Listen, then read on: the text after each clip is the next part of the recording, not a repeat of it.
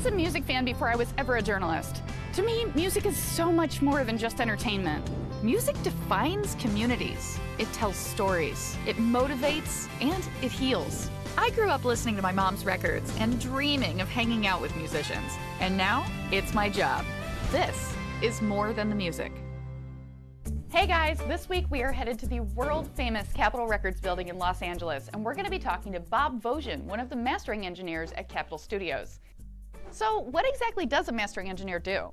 Well, a mastering engineer uses specialized audio signal processors, low distortion, high bandwidth loudspeakers, and the corresponding amplifiers with which to drive them within a dedicated, acoustically optimized playback environment.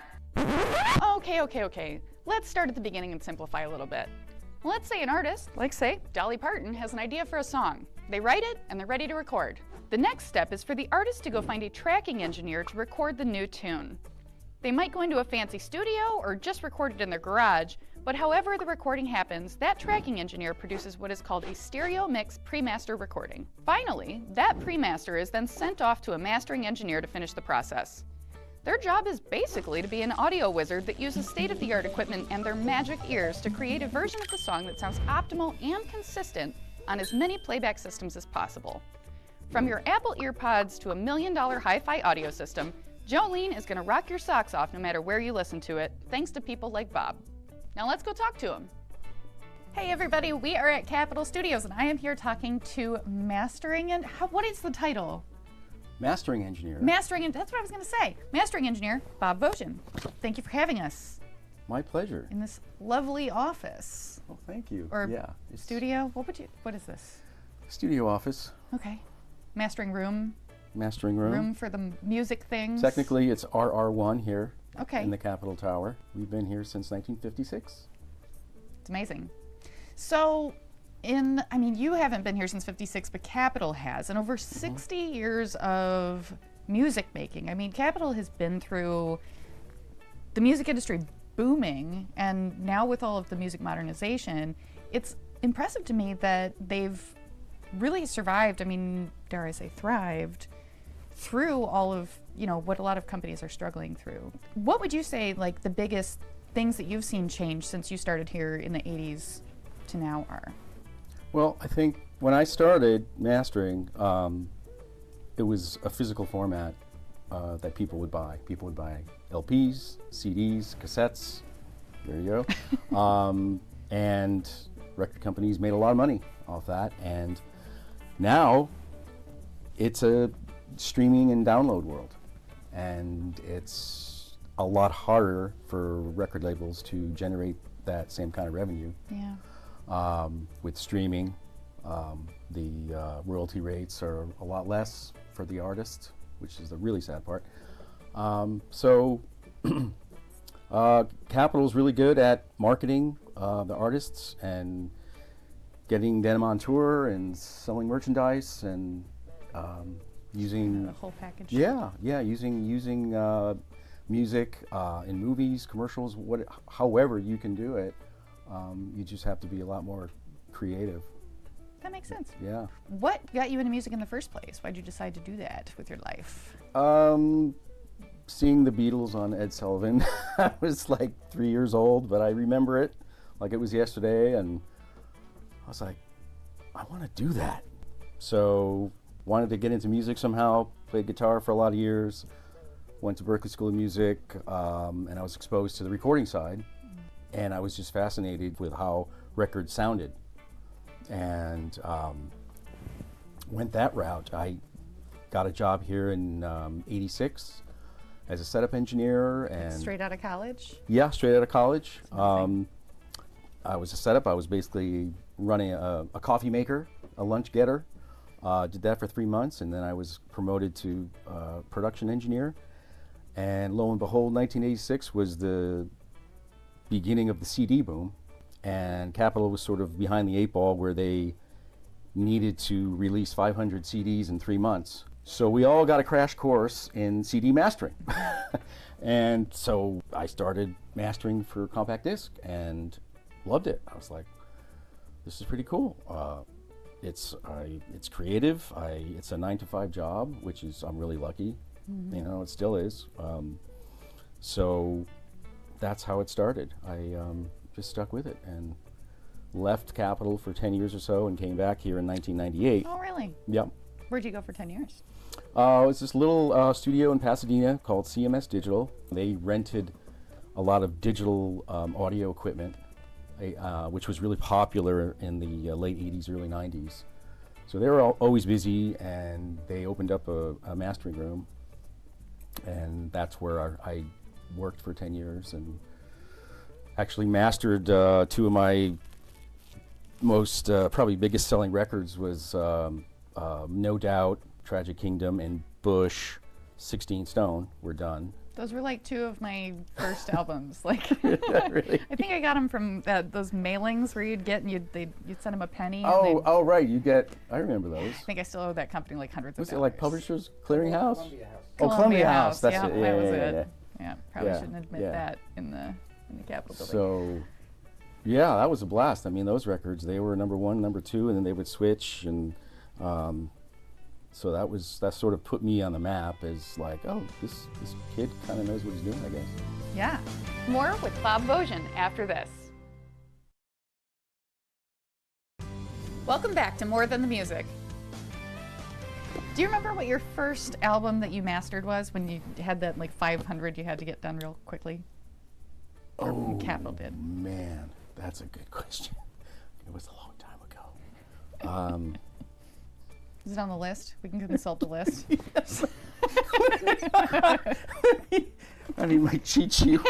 What did I do yesterday? Not so much. He's got a whole list of things. What did I written do? Oh, okay. Oh, you got it? Yeah. All right. It's probably first one I've ever did was probably Steve Miller, Fly Like an Eagle. Nice. Yeah. Oh, fly like Yeah. an eagle. There are like a lot of young people obviously wanting to get into this industry. It's a lot more, well, I wouldn't say necessarily more competitive than back in the day, but it's more accessible. And I'm curious, what a piece of advice you would give to young people that are just getting started in the industry and want to work in a big house like this. What would you tell them? Don't do it. Everybody says that. Don't do it. Get a real job. It's you know, it was a very competitive business 20 years ago. It's way more competitive now. It's not easy, and I have the luxury of a 30-year clientele that I've sort of built up over the years. Someone who's just starting out with zero clientele, and you have to get clients. I can't even imagine. Is it a dying art? It could be. I hope not. Give me 10 more years. Yeah. And budgets are so small for artists because of the lack of revenue that they can create. You know, you might have a few artists that are doing pretty well, but then you have 10,000 that aren't. So it's really difficult. But I think with Spotify and streaming and downloading, the royalty rates are coming up a little bit. I mean, they have to because they were really crazy low before. You would get per stream an artist, well, the maximum would be 1/75th of a penny for each stream. So, yeah, 75. That's horrible. 75 streams earns a penny, and then maybe the artist gets half a penny. Man. Maybe, probably less. I used to start my Spotify like for my friends' bands and mute it and play it all night long. So I guess I was doing a service. You're doing your part. Oh, I didn't realize it was that low. I thought they'd get like 16 cents a song or something. Man. No. Actually, you know what? It's worse. It's 0.075 per stream. So 750 streams earns you a penny. That's horrible. That's the gross is a penny. Well, vinyl's coming back, so maybe that'll help. Not so sure. I mean, it's very expensive to manufacture, Yeah. and they're expensive to buy. I mean, it blows my mind. I used to buy vinyl for $5.99 or whatever, right? And Now it's like $30. Yeah. I just got 3 new records when I was in New York last month, and it was like $90. Yeah, and then you're afraid to play them. Well, I do it anyway, but yeah. Yeah. I have a couple of them that are like limited edition, so I bought 2, one I keep and then one I just listen to. Right. It's pretty. And then you got one that you clean your weed on, probably. We used to Well, do back in the day. for that.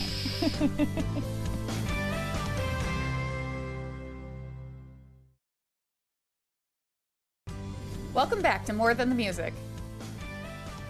You have had a long and storied career here, which is so impressive. I can't even start to list off all of the albums that you've mastered. I mean, there's a multi-page list behind you, so you could remember all of them. If you could choose one moment of your career to relive. I got to have lunch with Eric Clapton. I wasn't mastering his project. He was here recording, and I was sort of stalking him for a couple weeks because he, you know, is like my favorite guitar player in the whole world. And so I made friends with his guitar tech, and he told me, well, he takes lunch 1 o'clock every day, and, you know, just maybe sort of hang around down around the studios, and, you know, you probably meet him. I said, okay, fair enough. So I go down, there's a little lunchroom, the artist lounge, and I go down, I'm having my lunch, having my chicken taquitos, whatever, and his guitar tech comes up, and I'm like, hey man, you know, you want to sit with me? He goes, no, it's cool. So everyone's coming up from the session, and I'm see the engineer, hey, you don't want to come? No one wants to sit with me. I'm like, what's going on? So then Eric comes up, and he comes right over to me, he goes, hello, I'm Eric. And I go, hi, I'm Robert Vosgien. He goes, mind if I sit down? I'm like, absolutely. So, as it turned out, I was sitting at Eric's table. Oh. That's why no one wanted to sit with me. But it worked out well. We chatted about our young daughters and guitars and amps, and it was a dream come true for me to talk with him about all that stuff. And then it was about a half hour or so, and I started to feel guilty. I was like, man, I gotta go. I mean, this guy's like so nice to me. He's just like the coolest. So that was it. I mean, I'd like to have lunch with him again. It's like, Eric, if you're watching, you know, call Eric, Bob Vosgien, remember me? It was 13 years ago, but who's counting? It's like, oh, that guy that sat at my table. Yeah, but he was having chicken taquitos just like I was. Aww. Yeah, That's yeah. How cute. cool is that? I love it. So you get to play with all sorts of fun things. Do you have a favorite piece of gear? I guess. I mean, I'm really lucky. I love all the gear I have here. I mean, these Neve EQs, these were here when they cut Dark Side of the Moon originally, back in the day, and they're mine now. These Tube Tech EQs, these are probably my favorite equalizers. They just sound fantastic. And we have these other EQs. I have like the most EQs of anyone. So if your mix doesn't sound that great, I can make it sound good just with the sheer number of equalizers I have. And then this rack is pretty cool. Oops. We have our very own Capital compressor that was built here. Wow. This is like one of a kind. This Capital compressor here, one of my clients calls this the Beach Boy. I'm like, why are you calling it the Beach Boy? I don't even, because well, it's the size of the knobs. You know, like when the Beach Boys were recording, they had big knobs on the console. Oh, I get it. So it's nothing to do with the sound from Nothing it. at all. It's just the Beach Boy because it looks like something Beach Boy-esque. All right, where should we go next? Let's see. The bar.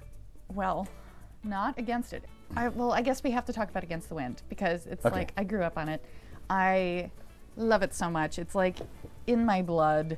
My mom's she was obsessed with Bob Seger when I was growing up, so it's one of her all-time favorites as well. Can you talk about your involvement on Against the Wind and how that came about? Yeah, I've been working with Bob since 2000 on all his catalog. releases, and this new version of Against the Wind, I think it's about the third time I've mastered it, and it's the best one because we did it in high definition, 96K, 24-bit, beautiful thing. We cut some fresh vinyl with it, man, it's just a treat putting that master tape on and hearing such classic music. They don't write songs like that anymore. You know, when I saw Bob this past tour, one of the things that hit me is people don't really do this anymore, like really strong songwriting and performing. It's just like, wow. But Against the Wind, classic record. I mean, he has so many. And I don't have much interaction with Bob when I do these. It's usually with his manager, Punch Andrews. That's his name, Punch Andrews. Is it a real name or a nickname? I think it's his real name. I don't know. I mean, he's like, you know, but he's a character. He really funny guy, and probably the most interaction I had with Bob was his Ride Out record from 2014, where he forgot I was on LA time, so I would get in here at 8 o'clock and the phone would ring, and it was Bob, like every morning at 8. So I had to drop my kids off really fast at school, because I know at 8:01 the phone would ring. Would be Bob Seger talking about what he wants me to change on the mastering or whatever. But that was kind of cool. Mm-hmm. And I'm like, well, where are you, Bob? Are you gonna go golf today? Because he's an avid golfer. He goes, no, I'm in my cabin by myself, listening to the mastering, and you know I have to do this by myself because I drive my family crazy, playing this stuff over and over. I said, oh, okay. So you guys just had a song go #1 this week.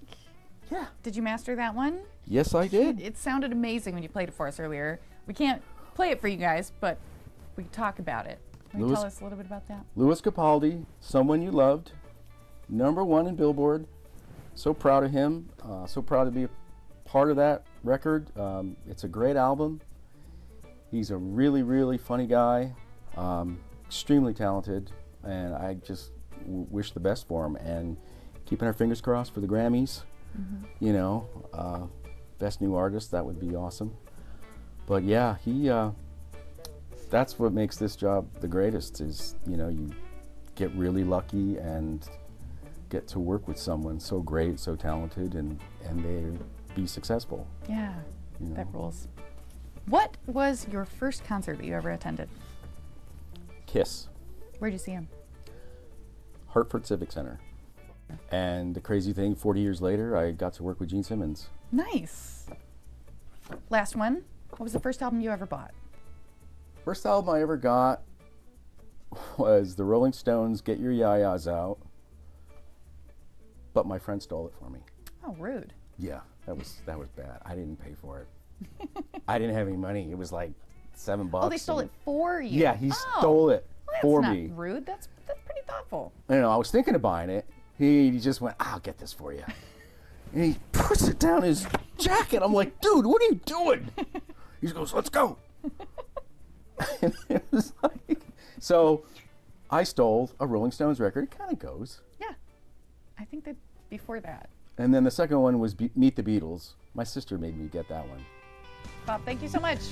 My pleasure. Lovely talking to you.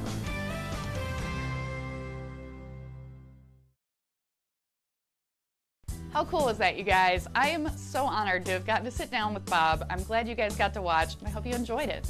Stay tuned next week. We're back at the Capitol Studios to talk to a few more folks that are involved in the back end of all the music that you know and love.